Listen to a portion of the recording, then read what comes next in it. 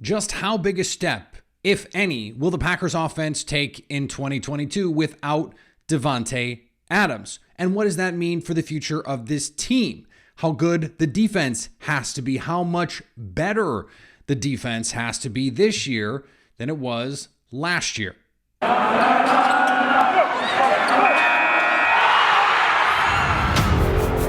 You are Locked On Packers, your daily Green Bay Packers podcast. Part of the Locked On Podcast Network, your team every day. You are Locked On Packers, part of the Locked On Podcast Network, your team every day. I'm Peter Bukowski, and I cover the Packers for The Leap, a newsletter I would love for you to subscribe to. Follow me on Twitter, Peter_Bukowski. Follow the podcast on Twitter at Locked On Packers. Like us on Facebook. Subscribe to the podcast, iTunes, Spotify, Google Podcasts. Wherever you find podcasts, you will find Locked On Packers, the #1 Packers podcast on the internet. And the show for fans who know what happened. They want to know why and how. Thanks to everyone who makes Locked On Packers their first listen every day. We hope you like starting your day with us as much as we like starting our day with you. And today's episode is brought to you by BetOnline, your #1 source for all of your betting needs and sports info. BetOnline, where the game starts. I was listening to a podcast the other day, as I'm wont to do. Thank you for listening to this one, in addition to whatever else you listen to. And they were talking about the best offenses in the league for this upcoming season. And they went through, both these hosts went through the 10 teams that they had on offense. And I was waiting for them to say Green Bay. And yet, as I was listening and as they were offering their suggestions over what teams they thought had the highest likelihood of being really good in 2022, I find myself going, yeah, I don't know. It's hard for me to argue with that. Oh, yeah, well, skill position. Oh, yeah, pass catchers. Oh, yeah. And over again, I'm going, okay, where do the Packers really stack up against these teams? And what that question really boils down to is, how much of an impact does losing Davante Adams have on this offense, their efficiency, their productivity? And where does that leave the rest of this offense? Because this was a top 5 offense last year by DVOA. In fact, they were the #2 offense last year by DVOA. And if you look at total DVOA, they're not that close to Tampa Bay, who was #1. But if you look at weighted DVOA, so how they played in the second half of the season, that's when the two teams are pretty close. And then no one else is really even close to them after that. The Chiefs, the Chargers, they are clearly in this other tier. So how far down the line did the Packers fall losing Davante Adams? And I think if you just look at skill positions and you look at these lists, so let's just take DVOA, for example. Tampa, better skill players. KC, better skill players. The Chargers, the 49ers, the Cowboys, the Seahawks, the Rams. Okay, Patriots at 9. Probably not. 10, the Bills. The Eagles at 11, the Broncos at 12. I think it starts to get a little weird after that. Minnesota at 16, they have better skill players, no doubt, but quarterback, offensive line. But all the teams that I just mentioned, or most of them, Tampa Bay, skill players and quarterback and offensive line. The Chiefs, quarterback for sure, offensive line for sure, great coach. Skill players, a little TBD, but Travis Kelce is an absolute stud, and they have depth. They have at least Juju Smith-Schuster and Marquez Valdes-Scantling. I think certainly in the case of Juju, he would probably be the best receiver on this Packers team. I'm higher on Juju than most and have been since college. 49ers, better skill players. Offensive line, big question. Quarterback, big question with Trey Lance, but a very good coach. And they had some of those same questions last year. Quarterback, not great. Offensive line, not great. And yet they were able to put together a top 10 offense. Dallas, now they get a little worse from last year. They lose Amari Cooper. That offensive line gets a little bit worse. But it's a good quarterback. Not a great quarterback, a good quarterback with very good skill position players. The Seahawks, okay, they're out of the mix. Russell Wilson's gone. They're out of the mix. The Rams, we assume they're going to be right there. Then you get to the Patriots. I actually think, as I was going through this, that this is a pretty good analog for what this Packers offense can be in 2022. They were 9th in DVOA. That's good. And 10th in EPA per play. So if you adjust for schedule, they're a little bit better. But still, that's a top 10 offense with a rookie and no real number one receivers. It was a bunch of pieces. Nelson Aguilar, Kendrick Bourne. Yeah, you have the tight ends, but Johnny Smith and Hunter Henry were not healthy this all season. They had a very good run game, a very good offensive line, and they have a very good coach. Okay, well, take that. And now you've got a much better quarterback. I think an offensive line that, at least if David Bakhtiari and Elton Jenkins, certainly David Bakhtiari, we expect to be out there week 1, although we need to see him for sure at some point to know that that's going to be the case. Elton Jenkins, we expect to be back at some point. Reports over the weekend suggest that Robert Tonyan is going to be back for week 1, which would be 10 months recovery. That would be great. And I think help your run and pass game. I think the Packers have the best backfield in the league. They have, with Mercedes Lewis and Big Bob Tonyan, a very nice group at tight end. And then some stuff. But they still have the best quarterback in the league, or second best, or third best, whatever. If you want to split hairs, Mahomes, Brady, Rodgers. I think that is, frankly, to me, a tier of its own. And then everyone else after that, Herbert, Burrow, Wilson, all those guys. They're after. How much are they really going to fall? Well, now, if you're looking at a team like Indianapolis, with Matt Ryan, they could be a lot better. Jonathan Taylor, a really good offensive line, Michael Pittman, but they don't have a deep group at that skill position. The delta between Rodgers and Ryan is pretty big. And I would take Matt LaFleur over Frank Reich, at least as an offensive play caller in this moment. I think he's a better coach flat out. Frank Reich is also a big reason they went and got Carson Wentz. That turned out to be a big mistake. Once you start getting into 13-14 Cleveland, that team's going to be worse because Deshaun Watson is going to miss the whole year, I think. Arizona is a mess. Minnesota, Kirk Cousins is still the quarterback. Offensive line is still a problem. We have no idea how they're going to react to this scheme in year 1, but certainly skill talent is there. Baltimore, they have no receivers. Now I think Cincinnati at 18 with an improved offensive line, they take a jump.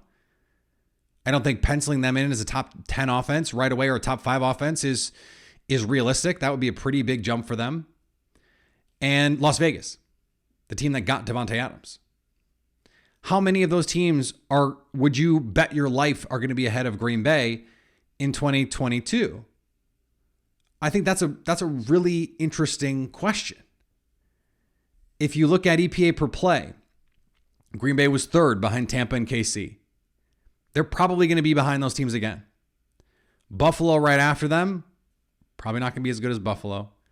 The Chargers right after them, probably not going to be as good as the Chargers. And then it starts to become a question. Okay, San Francisco. I think they can have a better offense than San Francisco. Dallas. I think they can have a better offense than Dallas. I think they're a better coach. They've got a better quarterback. The Rams, what are we getting from Allen Robinson? What does the offensive line look like? What does Matthew Stafford look like in year 2?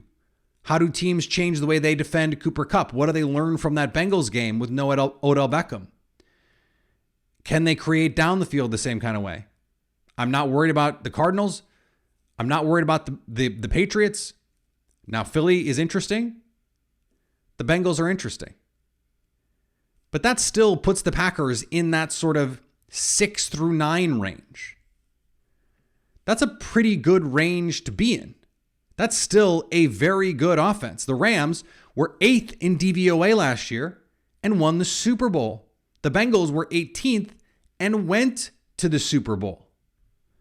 Buffalo was 10th. You wouldn't think that. Josh Allen. But that was a really good football team. San Francisco was 5th. Quietly, a very, very efficient offense. A lot of that is Kyle Shanahan. I joke, but he's a really good offensive coach. And I think you can expect Philly to get better. Denver should get a lot better, but we'll see. That's year 1 in a new system, in a new place, all that stuff. My point in doing this is to say, yes, I think Green Bay will fall out of the top 3, probably out of the top 5. I have a hard time putting them outside the top 10 just because these other teams have question marks. Yes, they might be better at some spots than they were last year, but I don't think the loss of Davante Adams and let's say the return of David Bakhtiari, of Elton Jenkins, the additions that the Packers have made, if you can keep Randall Cobb a little bit healthier, Allen Lazard a little bit healthier, Christian Watson gives you something, Sammy Watkins gives you something, this offense can still be really good. The question is, how much better do you need this defense to be to get you where you want to go in 2022? We're going to talk about that after the break. Before we do, BetOnline, your number one source for all of your betting needs and sports info. Find all the latest sports developments, league reviews, and news, including this year's NHL playoffs. Well, Stanley Cup. And, some stuff happened last night. Major League Baseball. BetOnline is your continued source for all of your sports wagering information, live betting, esports, scores, golf, MMA, racing. There's a ton of stuff to still gamble on. I know that we're getting into that sports part of the calendar where it's like, ugh. There's always something to gamble on. Head to the website or use your mobile device to learn more about the trends in action. BetOnline, where the game starts. So I was looking at the team rankings by DVOA. Dallas, somehow the number 1 team in DVOA in 2021. Very bizarre. But they played well in the second half of the season, and yet no one was really that scared of them. When you look at these good teams from last year, and Green Bay, 8th in DVOA last year, even with the second best offense. They were 22nd in defensive DVOA. The Chiefs, who went to the AFC Championship game, they were 3rd in offense and 24th in defense. When you look at these teams, though, Dallas, 2nd on defense. Buffalo, 1st on defense. Tampa Bay, 9th. The Patriots, 4th. The Rams, 5th.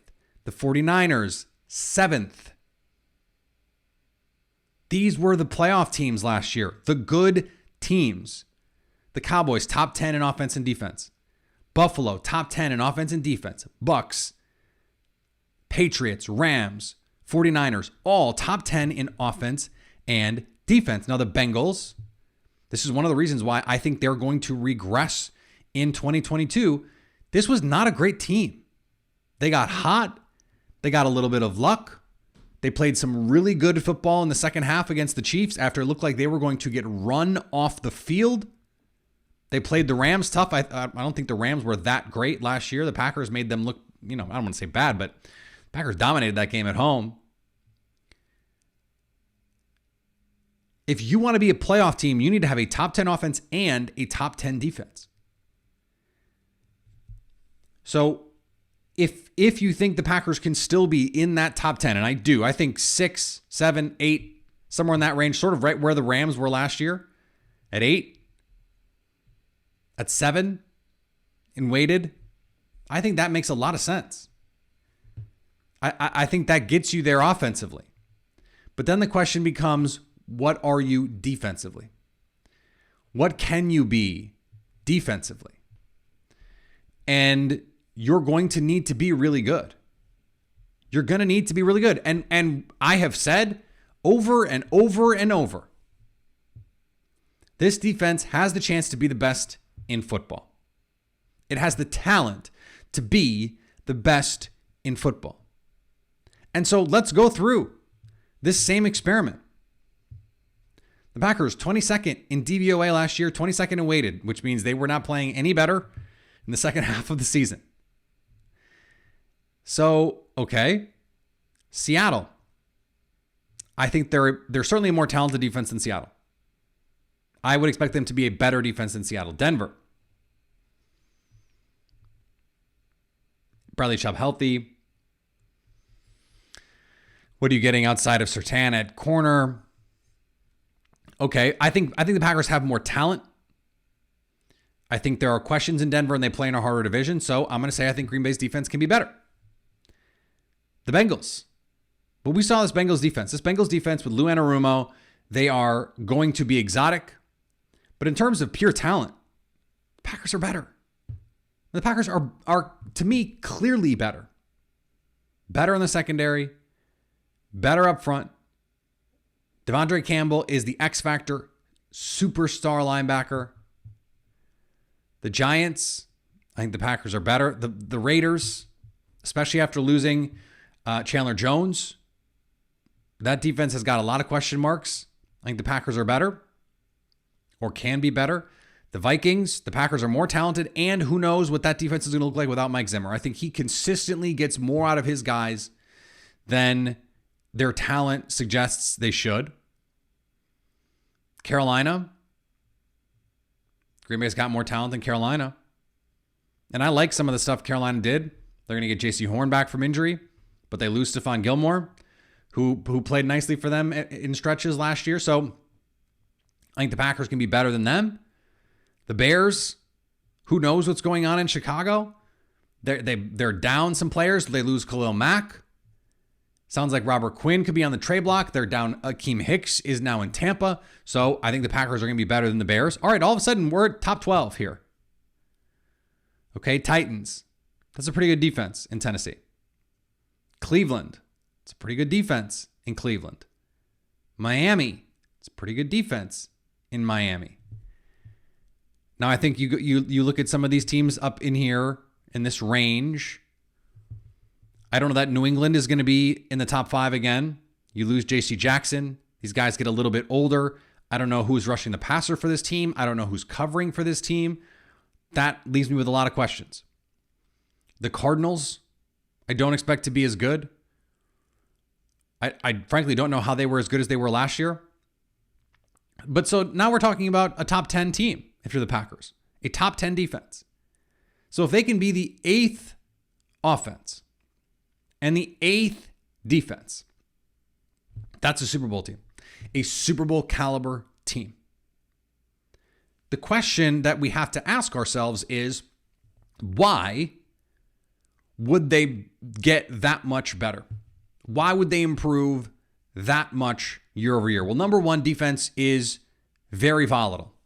Let me give you a good example. Dallas, they were second in DVOA last year. The previous year, they were 23rd. What was the difference? Micah Parsons. They added real bona fide top tier talent, but they had injuries elsewhere. DeMarcus Lawrence. They had some cheap signings. Jerome Kearse. Trayvon Diggs played out of his mind, creating turnovers. These things can flip on just one player. Okay. The Patriots, they were 26th 2 years ago, 4th last year. The Titans, 29th 2 years ago, 12th last year. That was supposed to be the jump the Packers made. The Browns, 25th 2 years ago, 11th last year. You get a little lucky with injuries, you get a little lucky with turnovers, and all of a sudden, everything changes. The Packers, so you say, okay, Micah Parsons, the Packers are not going to they didn't bring in a Micah Parsons level talent. Well, maybe they did. Maybe Devontae Wyatt plays at an all defensive player of the year or rookie of the year level. Maybe Quay Walker does. But guess what? We don't even have to extrapolate that far. You know who the Packers are getting that they didn't have last year? Jair Alexander. An all-pro level corner. You're telling me his appearance on this team is not going to impact them in a significant way? I think Jair Alexander changes everything for this defense. Their ability to lock him up on a side or on a player and say, this is your job and we're going to do all of this other stuff around you. That is so freeing for a defense. The Packers got really good productivity out of Rasul Douglas and Eric Stokes. They were both really, really good when they pressed in a defense that usually wants to play a little bit more off. Well, if you've got this other guy, then you don't have to do the kinds of things with your safeties that you have to do when you're a little bit more worried about what's going on up front. You don't have to do the same things with your pass rush. Again, as good as Rasul Douglas and Eric Stokes played last year, neither of them are the caliber of player that Jair Alexander gives you. So the improvement, the incremental improvement that he gives you is enormous. Now you're adding depth up front with Jerron Reed and Davante Wyatt to go along with Kenny Clark. Your run defense should be significantly better if you're the Packers. That was what really killed them. 16th against the pass last year, 28th against the run. If you just get to 10th against the pass and 12th against the run, that was Tampa Bay last year. I didn't even mean to do that, but that was Tampa, 10th and 12th. They were the 9th best team. They were a top 10 team in defensive DVOA. It's doable. They don't have to go all the way to number 1, but they can because of the talent that they're going to put on the field for this upcoming season. It is remarkable the talent that they can put out there. In their starting 11, there is no weakness on this team. There's not a below average player on the group. And if you're on the defensive front, you can bring in Dean Lowry. That guy's a solid rotational defensive lineman, maybe a little overpaid for what he brings. Never going to complain about anyone getting that money, but he's a useful player. Had the best sack season of his career last year. Davante Wyatt, super talented player. We'll see what he is as an actual NFL player, but very talented. Quay Walker, very talented. He's probably your weak link right now in the starting lineup, and that's just because we've never seen him play. He may end up being awesome. Plenty of linebackers come into the NFL right away and play well. Not all of them, but if you're going to do it, you probably want to be at Georgia, having played in the SEC, playing on that defense with all that talent. The safeties are really good. The corners are the best. It's the best cornerback group 1 through 3 in the league. You've got bookend pass rushers, a rising superstar in Rashawn Gary, and your solid veteran in Preston Smith. Now the depth, some question marks there for sure. They got to get that part of it figured out, I think. I think you're going to see Quay Walker lining up on the edge a little bit, some blitzing stuff on the edge. We saw that with Joe Barry last year. He played 3 off-ball linebackers at times. I think we might see that with Walker on the edge because he's got that length at 6'4", 235, with long arms. We saw Oren Burks on the edge playing a sort of Sam linebacker situation. Is he dropping? Is he coming? Especially against teams that want to live in, 21, but they don't want to run the ball a ton. They want to throw it. They want to be balanced. I think you could see that. I think we're going to see a lot of different things from this team. Chris Barnes is solid for what he brings, but has clear deficiencies.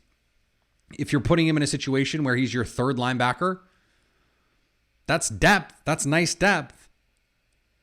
I think the Packers have that on this defense, which gives them the potential to be, dominant is not overstating it. They certainly have the potential to be dominant. I think they are likely a top 10 defense.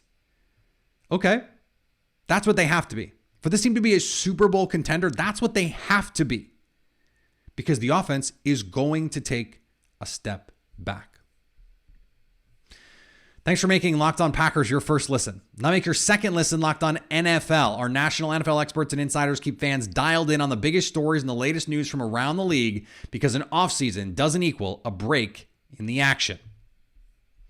All right, we're going to be back on Wednesday. We've got a Summer Friday conversation coming up on Friday, of course, and plenty more to get to here as we inch toward training camp, basically a month away. A month yesterday. Away from the opening of training camp. The rookies have to come a couple days sooner. The Packers release the scheduled dates, so go find those if you want to go to camp, you want to watch camp. Unfortunately, far fewer dates this year where the camp is going to be open to the public than in years past. Only about a dozen or so of those dates. Usually it's 20 plus practices that fans can come and watch, but this is, unfortunately, the reality of the modern NFL. Teams are getting very concerned about these things, very secretive. The Packers changed their media policy a couple years ago where you can't even theoretically tweet who is, or write about who is starting, who's running with the ones, descriptions about certain plays in certain 11-on-11s. Can't even write about it for fear, or talk about it for fear of having your credentials pulled. I think it's silly, but the team is I guess, trying to protect some competitive edge. I don't know why that would affect fans, but I guess any scout from another team could just show up. That was always true. The Packers have been winning for years. I don't get it. Not the point. We'll see you on Wednesday. Thanks to everyone who watches this on YouTube. If you don't, go check us out. Subscribe to us on YouTube. Subscribe to The Leap, a newsletter I would love for you to subscribe to. We have our free Monday edition out right now. More stuff coming this week. We will be taking a break from that coming up here in a week or so. And taking a little bit of time off. I will not be, well, I will be, but you will not notice, I guess is what I'll say. And so we're going to keep having shows. That's the beauty of it. Keep having shows here for the next couple weeks. Follow me on Twitter, Peter_Bukowski. Unless you're a person that is precious about soccer, because then you might be mad about some of my tweets. If you know, you know. Follow me on Twitter, Peter_Bukowski. Follow the podcast on Twitter at Locked On Packers. Like us on Facebook. Subscribe to the podcast, iTunes, Spotify, Google Podcasts, wherever you find podcasts, you will find Locked On Packers. And anytime you want to hit us up on the Locked On Packers fan hotline, you can do that 920-341-3775 to stay Locked On Packers.